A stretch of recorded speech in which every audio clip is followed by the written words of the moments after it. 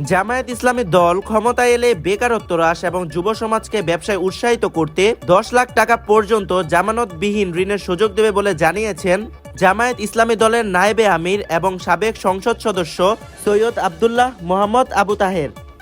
শনিবার বিকেলে ঢাকার মহানগরী দক্ষিণের উদ্যোগে আয়োজিত এক অনুষ্ঠানে তিনি বলেছেন, দেশের অর্থনীতিকে শক্তিশালী করতে তাদের দল বাংলাদেশের সুদমুক্ত ইসলামী ব্যাংকিং ব্যবস্থা চালু করেছিল, যা অল্প সময়ের মধ্যেই দেশ সেরা ব্যাংক হয়ে ওঠে এবং এশিয়ার শীর্ষস্থানীয় ব্যাংকের মর্যাদা পায়।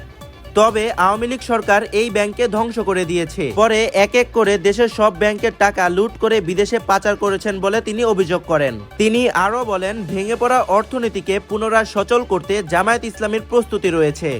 এ সময় অনুষ্ঠানে উপস্থিত ছিলেন দলটির কেন্দ্রীয় কর্মপরিষদ সদস্য ও ঢাকা মহানগর দক্ষিণের সেক্রেটারি ডক্টর শফিকুল ইসলাম মাসুদ। তিনি বলেন, 5 আগস্টের আগে দেশের ব্যবসা কারণের মতো লোভী ব্যক্তিদের হাতে ছিল, কিন্তু এখন থেকে ব্যবসায়ীরা উসমান রাদিয়াল্লাহু তাআলা আনহুর মতো সৎ ও আদর্শবান ব্যবসা করবে।